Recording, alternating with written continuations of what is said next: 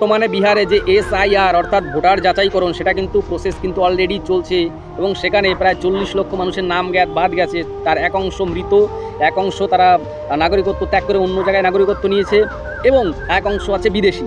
এবার same process same rules অনুযায়ী পশ্চিমবাংলায়ও লাগু হবে এবং তার নোটিফিকেশন অলরেডি মনে হয় জারি করা হয়ে গেছে। তাহলে বিহারের ক্ষেত্রে আর পশ্চিমবাংলার ক্ষেত্রে এখানে কিন্তু চিত্রটা কিন্তু সম্পূর্ণ আলাদা বা আলাদা রকমই হবে। তার কারণ 1947 থেকে 2024 পর্যন্ত স্টেপ বাই স্টেপ ধর্মীয় উৎপীড়নের শিকার হয়ে লক্ষ কোটি বাঙালি হিন্দু তারা কিন্তু এপার বাংলায় আশ্রয় নিয়েছে এবং আশ্রয় নেওয়ার পরে তারা তো আর হট করে তো আর ডকুমেন্টস বা ভ্যালিড ডকুমেন্টস সংগ্রহ করা মানে সহজ না। তারা 10 বছর 15 বছর 20 বছর লেগে গেছে সেই ডকুমেন্টসগুলো তৈরি করতে, যেমন ভোটার কার্ড, রেশন কার্ড, আধার কার্ড, অন্য যে ডকুমেন্টসগুলো।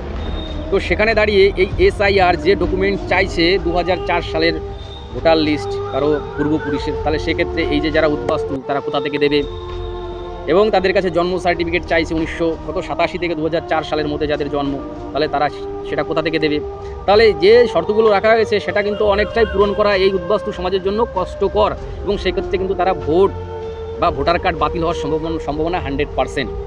এবং বলবে যে যারা উদ্বাস্তু তারা জলদি CA-তে অ্যাপ্লাই করো, তাহলে সেক্ষেত্রেও একটা সমস্যা যে মানুষ কিন্তু এতটাও সহজভাবে নিতে পারছে না। কারণ যারা 40 বছর 50 বছর 60 বছর হয়ে গেছে এখানে সেটেল, সেক্ষেত্রে সাধারণ মানুষের মধ্যে একটা ভয় কিন্তু কাজ করবে। অনেকে চাকরি বাকরি করে, সেক্ষেত্রে কিন্তু এটা অতটা সহজভাবে তা মানুষ মেনে নিতে পারছে না।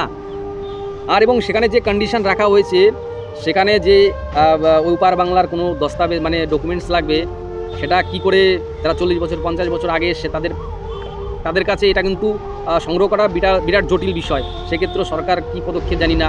আর বিশেষ করে 2014 পর্যন্ত কেন রাখা হয়েছে এটাও কিন্তু একটা সমস্যা।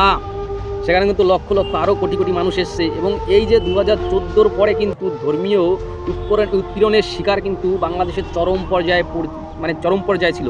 সেক্ষেত্রে সরকার এই জিনিসটাকে অবশ্যই শিথিল করা বা সেটা কাট অফ ডেটটাকে বাড়ানো কিন্তু অত্যন্ত দরকার। না হলে এই উদ্বাস্তু যতই বলুক মুখ দিয়ে, সেটা কিন্তু আসলে উদ্বাস্তু সমাজের জন্য কতটা